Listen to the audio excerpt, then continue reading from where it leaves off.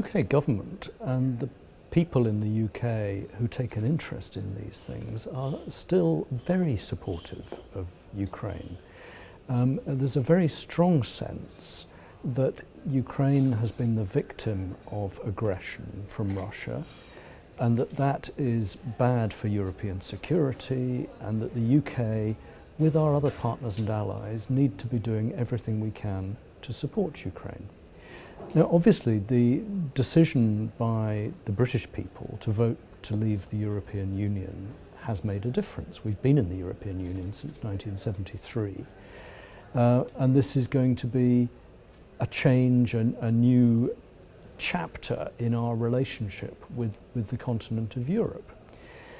But it's something that's been coming over a long time. It didn't suddenly come overnight on the 24th of June last year.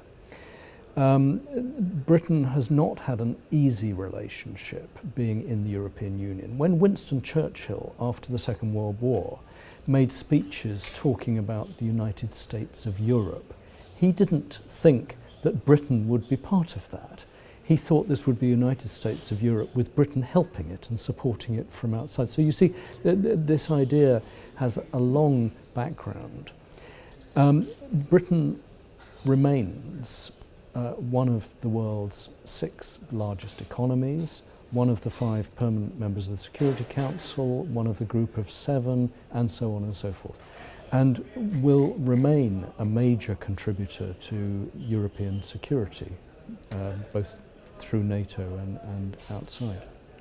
At the YES conference in Kiev 2 weeks ago, the British minister who was speaking there, Sir Alan Duncan, I thought gave a rather good answer to the question, what does Britain have to say to Ukraine? Britain is leaving the European Union, Ukraine would like to join the European Union. And his answer was democracy. In Ukraine, the people, more and more of the people, are saying they see their future in the European Union. In Britain, we've had a referendum and the majority have said they would prefer to be outside the European Union. Now, I, like Alan Duncan, voted to remain in, but that's not the point. The majority of the people voted to leave. What exactly can Ukraine in this framework expect? You know, there are different kind of, London has to renegotiate a lot of issues with Brussels. And with many other countries since now. So really, would it change somehow the trade or some other security issues, or even some people say there are some opportunities because now the Britain can show that her influence outside of European Union? Well, I think there's one obvious opportunity, and that will be in trade. Now, as long as Britain is a member of the European Union, we can't have independent trade arrangements, but once we leave, we will do. And we will be very ready to have a free trade agreement, to negotiate good trade agreements, not just with Ukraine, but with countries around the world. So there's an opportunity there, that will change. But on other things, like the support that Britain is giving to Ukraine, whether it's technical assistance, whether it's military training, all sorts of different support, that will continue. If we go to the issue of the Ukrainian reforms, we're talking about the reforms for a few years already.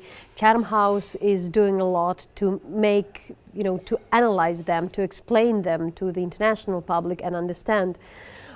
So what is your take on that? I think my summary would be a lot has been done and there's a lot still to do. If you look at the big picture, what has happened since the Revolution of Dignity is far, far more reforms, deeper reforms, than in all the 20 and more years of independent Ukraine before that. Now you've got a government with pressure from civil society, with support from the international community, that has got serious about reform in many, many areas. There have been a whole series of free elections. The economy, from being in a real mess early in 2014, has now been stabilised and is growing again. The gas sector isn't buying gas from Russia. And all those opportunities for corruption have been taken away, the subsidies have been taken away. And I could go on and on. And the banking sector is being cleaned up. Higher education, there's new laws there. But of course there's a lot still to do. And one of the most important areas is what to do about the courts and the judiciary, where the government has made a start, the constitution's been changed, the law's been changed, but they're now grinding through this process of choosing, well, who should the new judges be? Are they qualified? Are they the right people? And it's going to take time to work through that. They haven't really started yet on the prosecution service, the Prosecutor General. And there are the other difficult, big economic questions. There's still a huge number of state-owned enterprises in Ukraine. They need to get on with the process of deciding if they need to be owned by the state. If not, do they need to exist? Should they be privatized? What about land? How to encourage people to invest in the land and so on. If you look at the statistics, the level of foreign direct investment in Ukraine is very low. It's much lower than it should be, given the resources and the skills in the country. And the reasons are not difficult to find. If you ask foreign companies what they find difficult, what deters them, it very often comes back to lack of trust in the courts. If they have contracts, will those contracts be enforced fairly? I think on top of that, since 2014, you've had the conflict in the east.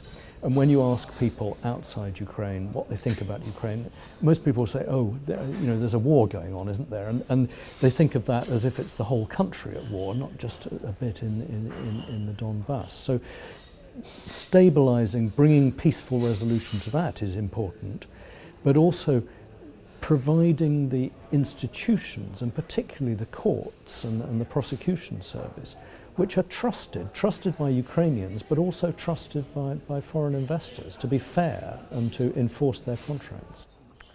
So, and then we can't speak without having an elephant in the room and mentioning it. To what extent do you think the status quo in the conflict in Donbass and Crimea is kind of manageable for Ukraine? Well, the first thing I would say, and this is more for people outside Ukraine, is don't forget Crimea. Crimea was illegally annexed. The United Nations General Assembly, by a large majority, said that it was an illegal act. And on that basis, the international community has imposed sanctions on Russia, Crimea-specific sanctions, which should stay in force until that illegal action has been reversed. But I accept that that may take a long time. Turning to Donbass, it has looked in the last 2 years as if it's settled into a sort of stalemate where there's fighting going on but at a low level and areas of control are not changing hands. So it's still tragic and people are getting killed and losing their lives, and there are many, many thousands of people who can't go back to their homes. But I think in the last few months, and even more recently, the last few weeks, there have been 1 or 2 signs for hope. One sign of hope is that the United States is now showing more interest in finding a resolution to that. They've appointed a very good man, Kurt Volker, as the special representative to Ukraine, and he's getting involved with all the parties to the Normandy format and the Minsk negotiations, I think in a very helpful way.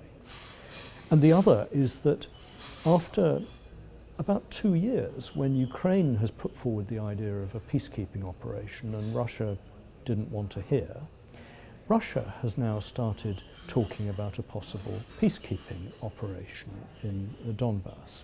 Now, the proposal that Russia has put forward is not acceptable as it stands, because for a peacekeeping operation to be successful, and first of all, there has to be a peace to keep.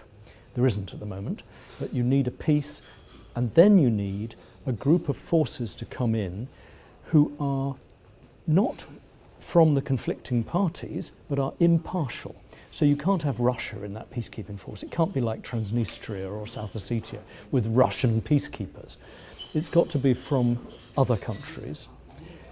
And then the peacekeeping force has to cover the whole of the area in dispute, the occupied area, and obviously, very importantly, the border between Ukraine and Russia.